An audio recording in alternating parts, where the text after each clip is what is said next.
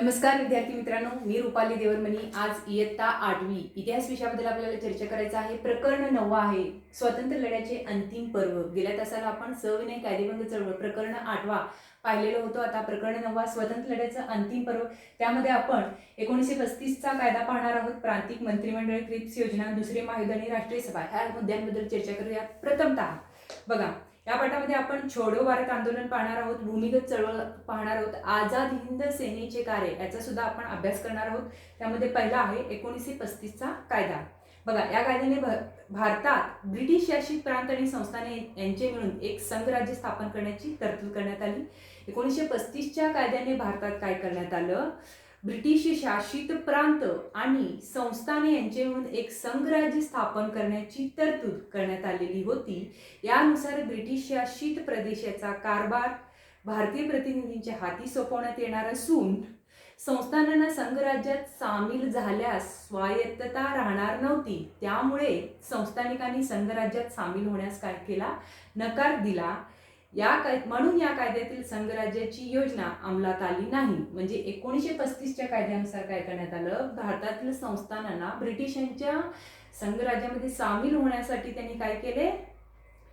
सांगण्यात आलं, म्हणजे संघराज्य स्थापन करण्याची एक तरतूद करण्यात आलं आणि भारतीय प्रतिनिधींच्या हाती ते सोपवण्यात आलं।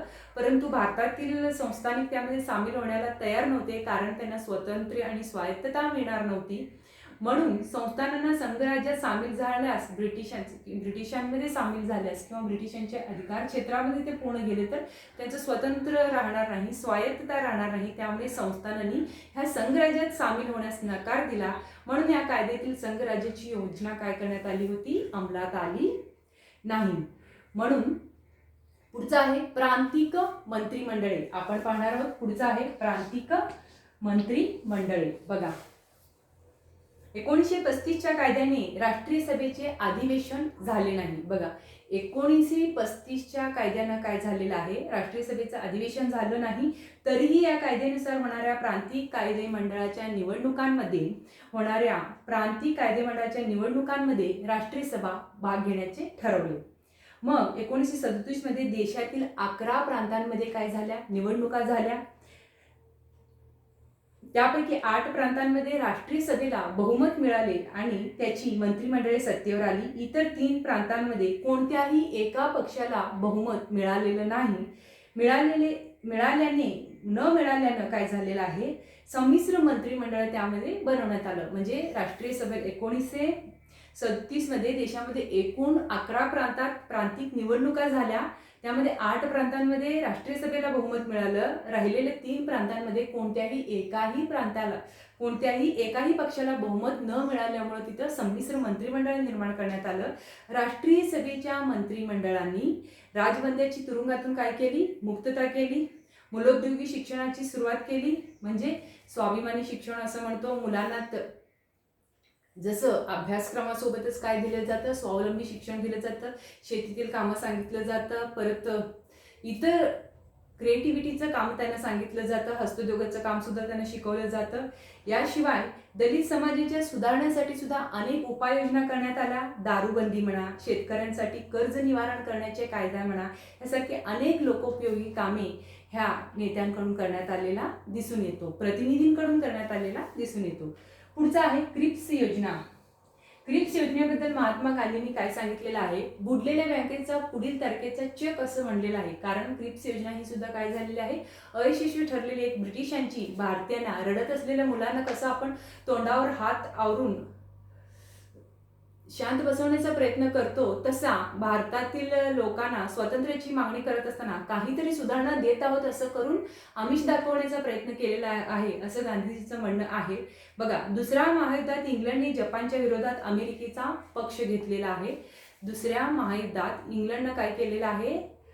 अमेरिकेचा पक्ष घेतला। पहिलं महायुद्धामध्ये सुद्धा, दुसऱ्या महायुद्धात सुद्धा इंग्लंड, फ्रान्स, रशिया हे दोस्त राष्ट्र होते आणि अमेरिका हा दोस्त राष्ट्राच्या गटामध्येच होता। त्याचे विरोधी गट अक्षगट म्हणून ओळखलं जातं।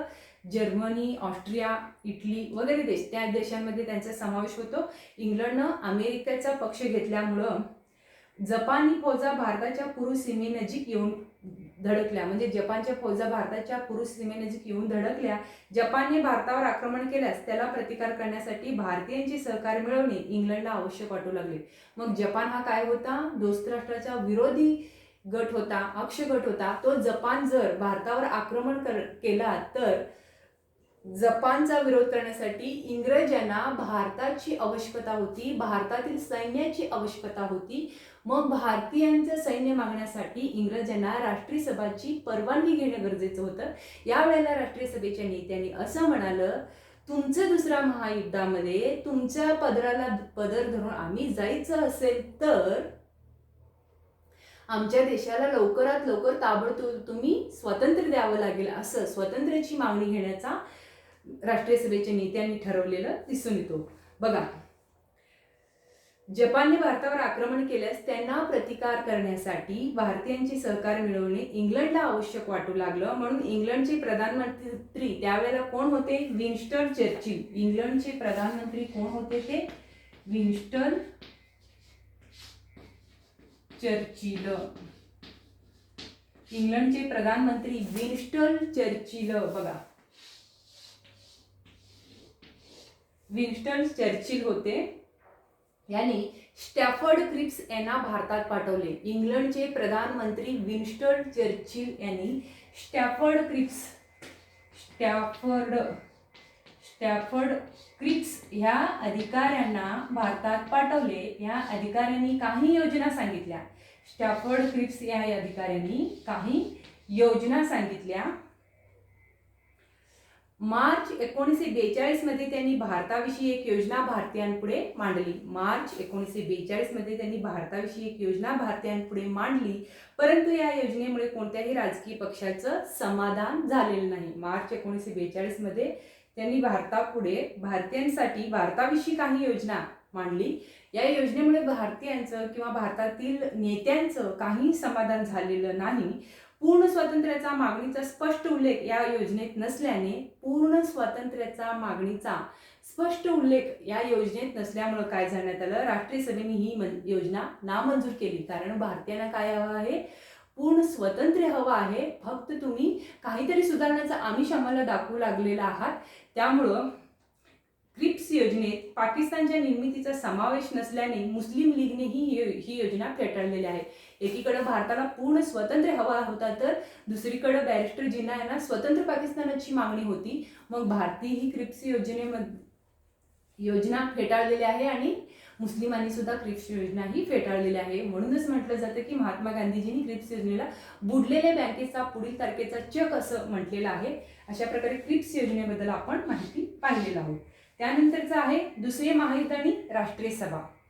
बघा, दुसरे महायुद्ध आणि राष्ट्रीय सभा 1939 ते 1945 ह्या 6 वर्षाच्या कालावधीमध्ये दुसरे महायुद्ध घडले. युरोपात दुसरे महायुद्ध सुरू झाले. म्हणजे तत्कालीन व्हाईसराय लॉर्ड लिन लिथगो यांनी भारतात इंग्लंडच्या बाजूने युद्धात सामील झाल्याची घोषणा केली. म्हणजे 1939 मध्ये दुसऱ्या महायुद्धाला सुरुवात झाली युरोपमध्ये. आणि तत्कालीन व्हाईसराय त्यावेळेचा कोण होते? लॉर्ड लिन लिथगो होते. त्या काळचं दुसरे महायुद्ध चालू असताना व्हाईसराय कोण होते? लॉर्ड लिन लिथगो होते. बघा, लॉर्ड लिन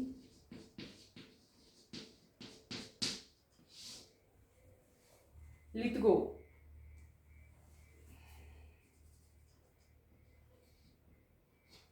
लॉर्ड लिन लिथगो त्यावेळेचा कोण होता? व्हाईसराय होता. त्यांनी भारत इंग्लंडच्या बाजूने युद्धात सामील झाल्याची घोषणा केली. त्यांनी काय केले? भारत इंग्लंडच्या बाजूने काय झालेलं आहे? युद्धात सामील झाल्याची घोषणा केली. युरोपात लोकशाहीचे रक्षण करण्यासाठी आपण लढत असल्याचा दावा इंग्लंडने केला. युरोपात लोकशाहीचा रक्षण करण्यासाठी आपण लढत आहोत याची दावा इंग्लंडने केला. हा दावा खरा असेल तर इंग्लंडने भारताला ताबडतोब स्वातंत्र्य द्यावं. म्हणजे युरोप खंडामध्ये लोकशाहीचं रक्षण करत आहोत, हुकुमशाही इथं नाहीये, साम्राज्यवादी इथं नाहीये असं इंग्रजांना म्हणायचं आहे. तर हा दावा जर तुमचा खरा असेल तर तुम्ही ताबडतोब आम्हा भारतीयांना काय करा, स्वतंत्र द्या असं त्यांना म्हणायचं होतं. अशी मागणी राष्ट्रीय सभेने केली. ही मागणी पूर्ण करण्यास इंग्लंडनं नकार दिला. पण युरोपमध्ये आपण लोकशाहीचा दावा करतो आहोत, पण प्रत्यक्षात इंग्लंडमध्ये एवढं दुसऱ्या महायुद्धामध्ये मोठ्या अशा इटली म्हणा, जपान म्हणा, जर्मनीसारख्या देशांना हरवण्यासाठी मोठ्या प्रमाणात सैन्य संख्या, धान्य म्हणा, रसद म्हणा भारताकडून पुरवलं जायचा. मग प्रत्यक्षात मात्र इंग्लंड काय करायचा, भारतीयांवर अन्याय अत्याचार करायचा, साम्राज्यशाही करायचा, हुकुमशहाच होता एक प्रकारे इंग्लंड सुद्धा भारतासाठी. मग तुम्ही ताबडतोब काय करा, भारतीयांना स्वतंत्र द्या म्हटलं होतं. त्यावेळा मात्र इंग्रजांनी काय केले, ही मागणी पूर्ण करण्यास इंग्लंडने नकार दिल्यामुळं नोव्हेंबर 1939 मध्ये राष्ट्रीय सभेच्या प्रांतिक मंत्रिमंडळाने काय केलेला आहे, राजीनामा दिला. अशा प्रकारे दुसरे महायुद्धाने राष्ट्रीय सभा यांच्यामध्ये मतभेद झालेलं होतं. दुसरे महायुद्ध आणि राष्ट्रीय सभा यांच्यामध्ये हा पॉइंट बदल असताना ब्रिटिशांचा गव्हर्नर जनरल कोण आहे, तो लॉर्ड लिथगो आणि राष्ट्रीय सभेतील प्रतिनिधी यांच्यामध्ये मतभेद निर्माण झाला आणि शेवटी दुसऱ्या महायुद्धात भारतीयांनी सहकार करण्यास नकार देऊ लागलेला आपल्याला दिसून येतो. त्यानंतरचा आहे छोडो भारत चळवळ. तर विद्यार्थ्यांनो पुढचं पॉइंट आहे छोडो भारत चळवळ. बघा, क्रिप्स योजनेनंतर राष्ट्रीय सभेने स्वातंत्र्यासाठी प्रखर चळवळ करण्याचा निर्धार घेतला. क्रिप्स योजनेनंतर राष्ट्रीय सभा काय केलं, स्वातंत्र्यासाठी प्रखर चळवळ करण्याचा प्रयत्न केला. वर्धा येथे त्यांनी 14 जुलै 1942 रोजी राष्ट्रीय सभेच्या कार्यकारिणीने भारतातील ब्रिटिश सत्ता ताबडतोब संपुष्टात आणून भारताला स्वातंत्र्य देण्याची मागणी करणारा एक ठराव संमत केला. वर्धा येथे काय केलेलं आहे, राष्ट्रीय सभेचा ठराव संमत करण्याचा, राष्ट्रीय सभेचा 14 जुलै 1942 रोजी 14 जुलै 1942 रोजी राष्ट्रीय सभेच्या कार्यकारिणीने भारतातील ब्रिटिश सत्ता ताबडतोब संपुष्टात आणून भारताला स्वातंत्र्य देण्याची मागणी करणारा एक ठराव संमत करण्यात आला. ही मागणी मान्य न झाल्यास राष्ट्रीय सभा भारताच्या स्वातंत्र्यासाठी अहिंसक चळवळ सुरू करेल, अशा प्रकारे असा इशाराही देण्यात आलेला आहे. ही मागणी मान्य न झाल्यास राष्ट्रीय सभा भारताच्या स्वातंत्र्यासाठी अहिंसक चळवळ सुरू करेल असा इशाराही देण्यात आलेला आहे. अशा प्रकारे छोडो भारत चळवळीविषयी आपण माहिती पाहिलं. आता आपण छोडो भारत ठराव पाहणार आहोत. बघा, 7 ऑगस्ट 1942 रोजी मुंबईच्या गवालिया टाक मैदानावर क्रांती मैदान हे राष्ट्रीय सभेचे अधिवेशन सुरू झालेलं आहे. या अधिवेशनाचं अध्यक्ष कोण होतं, मौलाना अब्दुल कलाम आझाद हे होते. ब्रिटिशांनी भारत सोडून जावे या राष्ट्रीय सभेच्या कार्यकारिणीने वर्धा येथे मंजूर केलेल्या ठरावावर मुंबई येथील अधिवेशनात शिक्कामोर्तब होणार होते. अशा प्रकारे 8 ऑगस्ट रोजी पंडित जवाहरलाल नेहरूंनी मांडलेला हा छोडो भारत ठराव प्रचंड बहुमताने मंजूर झाला. गांधीजीच्या नेतृत्वाखाली देशव्यापी अहिंसक आंदोलन सुरू करण्याचा निर्णयही घेण्यात आला. गांधीजी म्हणाले, या क्षणापासून तुमच्यापैकी प्रत्येक स्त्री पुरुषाने आपण स्वतंत्र झालो आहोत असे समजले पाहिजे आणि आपण भारताचा नागरिक आहोत असे म्हणून वागले पाहिजे आणि स्वतंत्र्याचा नागरिक आहोत म्हणून प्रत्येकाने वागले पाहिजे. आपण भारताला स्वतंत्र तरी करू किंवा हे भगीरथ प्रयत्न करत असताना मरून तरी जाऊ. गांधीजींनी जनतेला करेंगे या मरेंगे या भावनेने बलिदानास सिद्ध होण्याचे स्फूर्तिदायक आवाहन केले. अशा प्रकारे छोडो भारत ठरावामध्ये करेंगे या मरेंगे हे ठराव किंवा त्यांचं प्रेरणा होतं, बोधवाक्य होतं, हे त्यांनी सांगितलेलं होतं. पुढचा आहे जन आंदोलनास प्रारंभ. बघा, राष्ट्रीय सभेच्या प्रमुख नेत्यांना अटक झाल्याचे वृत्त देशभर पसरले. म्हणजे संतप्त जनतेने जागोजागी मिरवणुका काढल्या, पोलिसांनी जनतेवर लाठी हल्ले आणि गोळीबार केला, तरी लोक घाबरले नाहीत. काही ठिकाणी ब्रिटिश सरकारच्या दडपशाहीचे प्रतीक असणारे तुरुंग म्हणा, पोलीस ठाणी म्हणा, रेल्वे स्थानके इत्यादी ठिकाणी आंदोलकांनी हल्ले केलेले आहेत. म्हणजे सरकारी कचेऱ्या ताब्यात घेण्याचे प्रयत्न केले. महाराष्ट्रात चिमूर म्हणा, आष्टी म्हणा, यावली, महाड, गारगोटी इत्यादी अनेक गावातून आबालवृद्धांनी सुद्धा, म्हणजे वयस्कर म्हणा, तरुण, लहान लहान बाळा पोरांनी सुद्धा काय केले, नेत्यांनी आणि असीम धैर्याने दिलेले लढे हे काय आहेत, न विसरण्यासारखे म्हणजे अविस्मरणीय असं ठरलेले आहेत. अशा प्रकारे जन आंदोलनाला मोठ्या प्रमाणात प्रारंभ झालेला दिसून येतो. त्यानंतर स्फूर्तिगाथा बालवीराची म्हणून तुम्हाला माहित आहे का, हे ॲडिशनल माहिती आपण पाहणार आहोत. स्वतंत्र चळवळीमध्ये शाळकरी विद्यार्थ्यांनीही योगदान दिलेले आहेत. मग आपल्या भारताला स्वातंत्र्य मिळवण्यासाठी अनेक शाळकरी विद्यार्थ्यांनी योगदान दिलेले आहे. त्यातील एक महत्त्वपूर्ण कोण आहेत, ते शिरीष कुमार. बघा, नंदुरबार येथे शाळेतील विद्यार्थ्यांनी शिरीष कुमार यांच्या नेतृत्वाखाली तिरंगी झेंडा घेऊन मिरवणूक काढली. शाळेतील विद्यार्थ्यांनी शिरीष कुमार या विद्यार्थ्यांच्या नेतृत्वाखाली तिरंगी झेंडा घेऊन मिरवणुका काढले. वंदे मातरमच्या घोषणा त्यांनी दिल्या. पोलिसांनी चिडून छोट्या मुलांवर सुद्धा काय केलेले होते, गोळीबार केले. या गोळीबारात शिरीष कुमार म्हणा, लालदास, धनसुखलाल, शशीधर, घनश्याम हे शाळकरी विद्यार्थी हुतात्मा झालेले आहेत. अशा प्रकारे स्फूर्तिगाथा बालवीरांची मध्ये ह्या बालकांची किंवा ह्या लहान विद्यार्थ्यांची कसे हुतात्मे झाले ते देशांसाठी ह्याची माहिती आपण घेऊ शकतो. त्यानंतरच आहे भूमिगत चळवळ. बघा,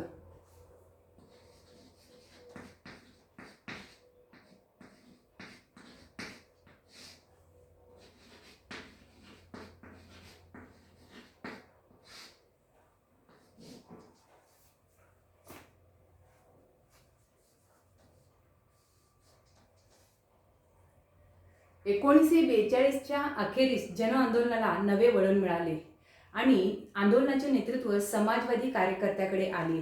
त्यामध्ये जयप्रकाश नारायण म्हणा, डॉक्टर राम मनोहर लोहिया म्हणा आणि छोटूबाई पुराणिक, अच्युतराव पटवर्धन, अरुणा असफ अली, युसुफ मेहर अली, सुचेता कृपलानी, S.M. जोशी, शिरूभाई लिमये म्हणा, नाग गोरे, यशवंतराव चव्हाण, वसंतदादा पाटील म्हणा, मगनलाल बागडी, उषा मेहता यासारखे अनेक नेते आघाडीवर होते. रेल्वे मार्गाची मोडतोड करणे म्हणा, टेलिफोनचे तारा तोडणे म्हणा, पूल उद्ध्वस्त करणे इत्यादी मार्गाने आंदोलकांनी दळणवळण आणि सरकारी यंत्रणा विस्कळीत केली. यासारख्या अनेक नेत्यांनी काय केलेले आहेत, ह्या आंदोलनामध्ये सहभागी झाले आणि आंदोलन मोठ्या प्रमाणात चालू केलं. त्यामध्ये त्यांनी काय काय केले, टेलिफोनचे तारा तोडण्याचा प्रयत्न केला, रेल्वे मार्गामध्ये मोडतोड करण्याचा प्रयत्न केला, पूल वगैरे उद्ध्वस्त करण्याचा प्रयत्न केला. अशा अनेक मार्गांनी त्यांनी काय केलेले आहे, आंदोलकांनी दळणवळण आणि सरकारी यंत्रणा विस्कळीत करण्याचा प्रयत्न केला. संपूर्ण भारतात आंदोलनाचं पडसाद उमटलेलं होतं.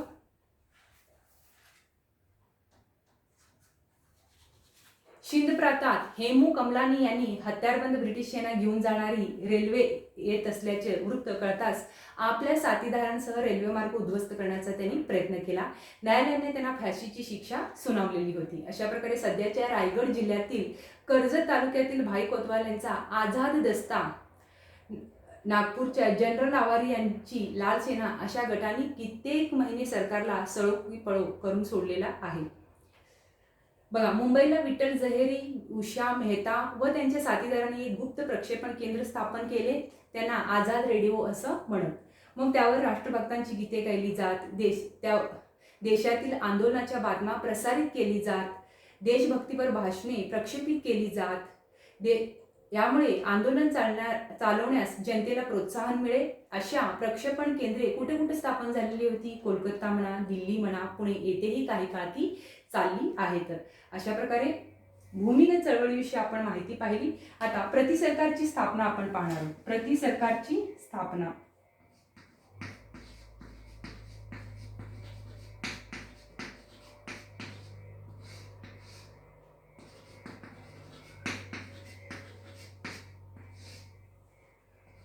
प्रतिसरकारची स्थापना. बघा, देशाच्या काही भागात ब्रिटिश अधिकाऱ्यांची हकालपट्टी करून येथे लोकाभिमुख सरकार स्थापन करण्यात आलेली होती.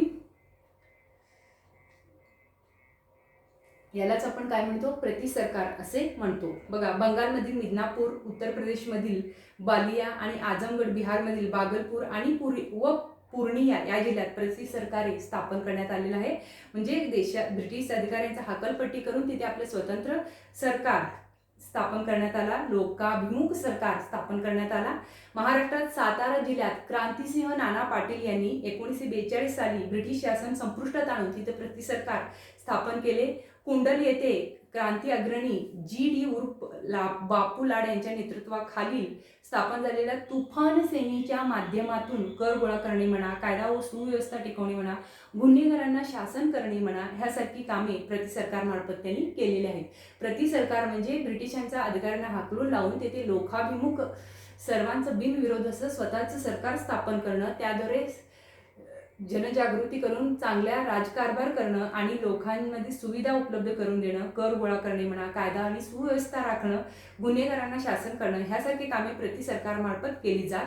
या सरकारने नेमलेल्या लोकन्यायाद्वारे केलेल्या न्यायनिवाडा लोक काय करत असत, स्वीकारत असत.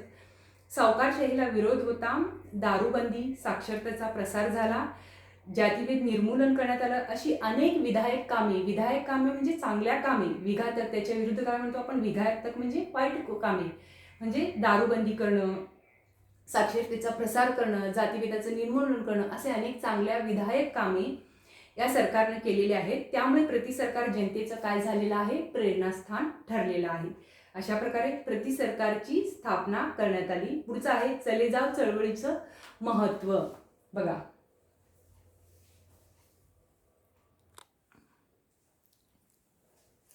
तर विद्यार्थ्यांना आता आपण चले जाव चळवळीचे महत्त्व पाहणार आहोत.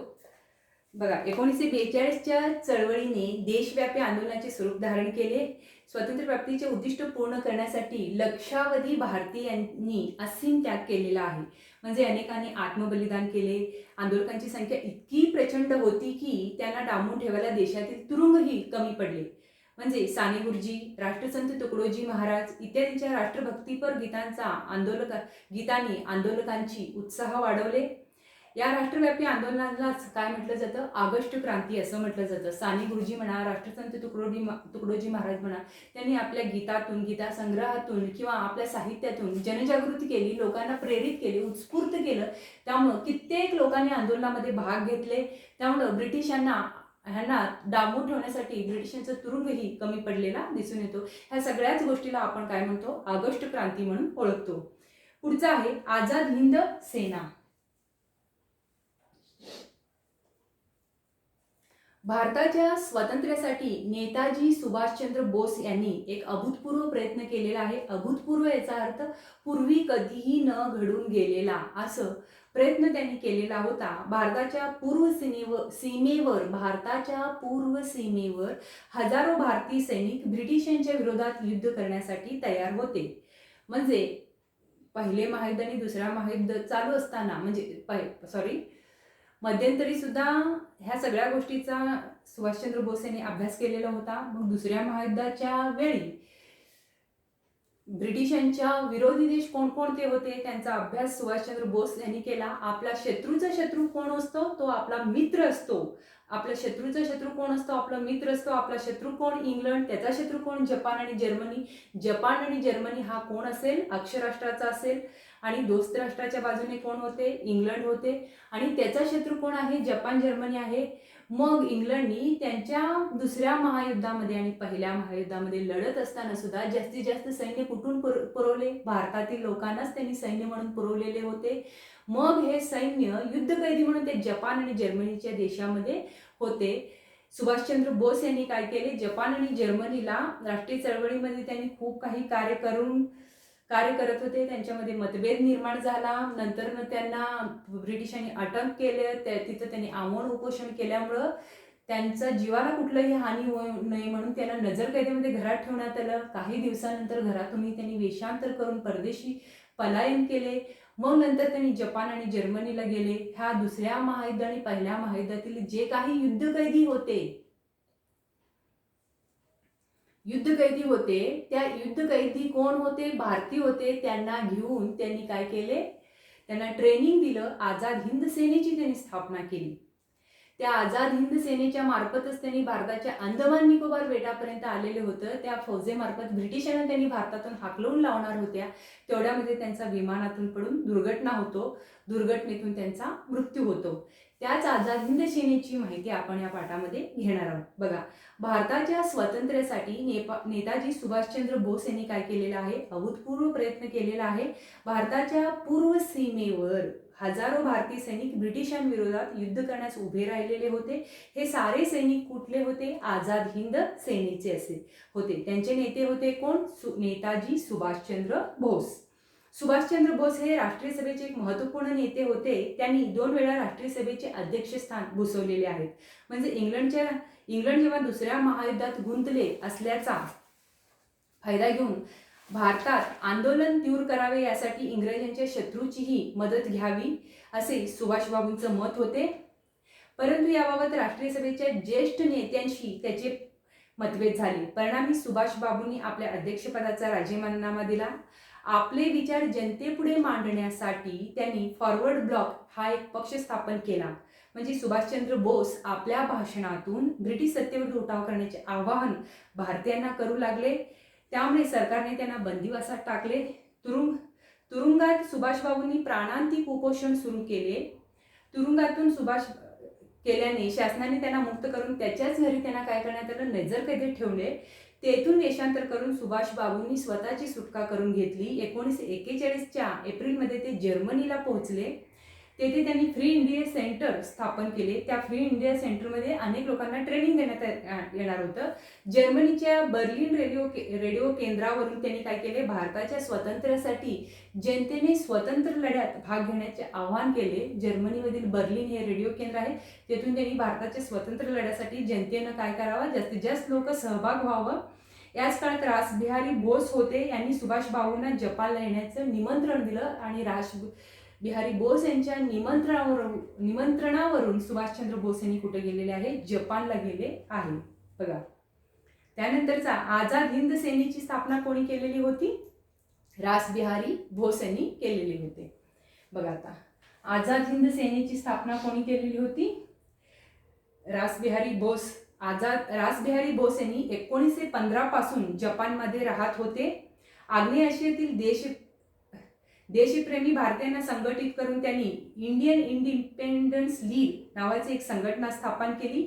1942च्या पूर्वार्धात जपानने आग्नेय आशियातील ब्रिटिशांच्या ताब्यातील प्रदेश त्यांनी जिंकले होते. तेथील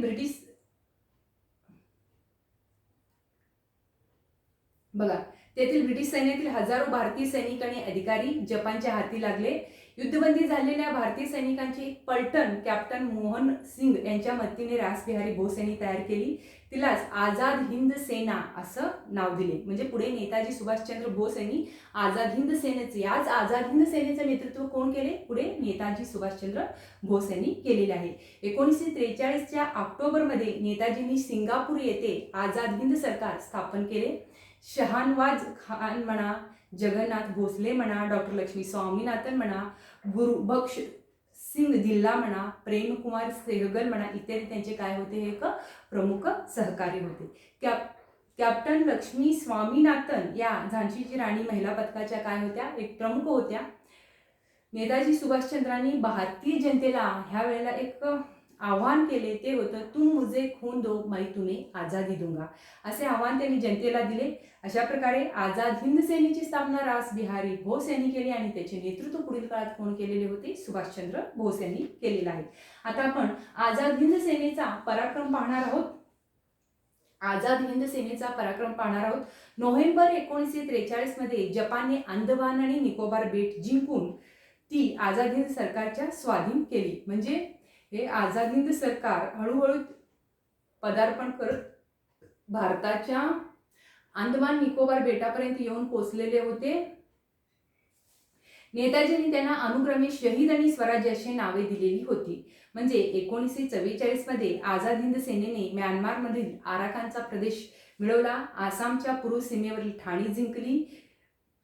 याच काळात आझाद हिंद सेनेला जपानकडून मिळणारी मदत बंद झाल्याने इंफाळची मोहीम ती अर्धवट राहिली.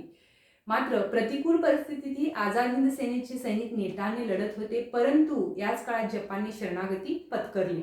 अशा प्रकारे 18 ऑगस्ट 1945 रोजी विमान अपघातात सुभाषचंद्र बोस यांचे निधन झाले. या पार्श्वभूमीवर आझाद हिंद सेनेची शस्त्रे खाली ठेवावी लागली. अशा रीतीने आझाद हिंद सेनेचे किंवा आझाद हिंद सेनेच्या लढ्याचे रोमहर्षक पर्व येथे संपतो. अशा प्रकारे पुढे आझाद हिंद सेनेच्या अधिकाऱ्यावर ब्रिटिश सरकारने राज्यद्रोहाचा आरोप ठेवला. पंडित जवाहरलाल नेहरू म्हणा, भुलाभाई देसाई म्हणा, तेज बहादूर सप्रू यासारख्या निष्णात कायदे पंडितांनी त्यांच्या बचावाचे काम केले. मात्र लष्करी न्यायालयाने या अधिकाऱ्यांना दोषी ठरवून जन्मठेपेची शिक्षा ठोठावली. त्यामुळे भारतीय जनतेत ब्रिटिश शासनाविरुद्ध प्रखर असंतोष निर्माण झाला. अखेरीस लष्करी न्यायालयाने दिलेल्या शिक्षा सरकारला रद्द कराव्या लागल्या.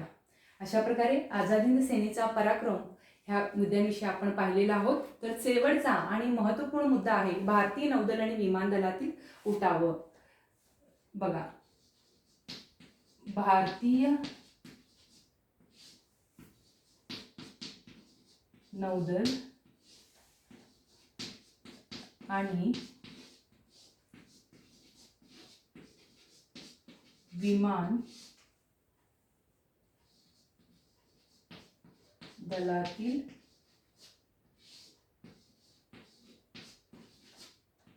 उठाव ह्या मुद्द्याविषयी आपण पाहूयात. आझाद हिंद सेनेच्या प्रेरणेतून नौसैनिकांमध्ये व वायुसैनिकांमध्ये ब्रिटिश सत्तेविरुद्ध असंतोष निर्माण झाला. त्याचा उद्रेक 18 फेब्रुवारी 1946 रोजी मुंबई येथील तलवार या ब्रिटिश युद्ध नौकेवर झालेला आहे. म्हणजे सैनिकांनी युद्ध नौकेवर तिरंगी ध्वज फडकवला. ब्रिटिश सत्तेविरुद्ध त्यांनी घोषणा दिला. ब्रिटिश सरकारने लष्कर पाठवून सैनिकांवर काय केला? गोळीबार केला. अशा प्रकारे मुंबईतील कामगार आणि सामान्य लोकांनी नौसैनिकांना पाठिंबा दिला. अखेरीस सरदार वल्लभभाई पटेल यांच्या मध्यस्थीने नौसैनिकांची शस्त्रे खाली ठेवली. मुंबईतील नौसैनिकांच्या उठावाला पाठिंबा देण्यासाठी दिल्ली, लाहोर, कराची, अंबाला, मेरठ इत्यादी ठिकाणच्या हवाई दलातील अधिकाऱ्यांनीही संप पुकारला. हे ठराव राजकर्त्यांविरोधी असंतोषाची भावना शिगेला पोहोचवल्याचे निदर्शक होते. अशा प्रकारे 1942 ते 1946 या काळातील भारतातील ब्रिटिश सत्तेचा पाया खिळखिळाट झाला. छोडो भारत आंदोलनातून भारतीय जनतेचा प्रखर ब्रिटिश विरोधी व्यक्त झाला. लष्कर, नौदल व विमान दल हे ब्रिटिश सत्तेचे आधारस्तंभ होते. तेही आता ब्रिटिशांविरोधी बनू लागले. या सर्व घटनांमुळे भारतावरील आपली सत्ता फार काळ टिकवता येणार नाही याची जाणीव ब्रिटिश राजकर्त्यांना झाली. अशा प्रकारे भारतीय नौदल आणि विमान दलातील उठाव याविषयी आपण माहिती पाहिली आहोत. इथे स्वतंत्र लढ्याचा अंतिम पर्व हा प्रकरण संपतो. अशाच प्रकारे व्हिडिओ लाईक, शेअर आणि सबस्क्राईब करत जावा आणि बेल आयकॉन प्रेस करा, जेणेकरून प्रत्येक व्हिडिओचं नोटिफिकेशन तुमच्यापर्यंत येत राहील. इथे परत आपण पुढच्या तासाला भेटणार आहोत. नमस्कार.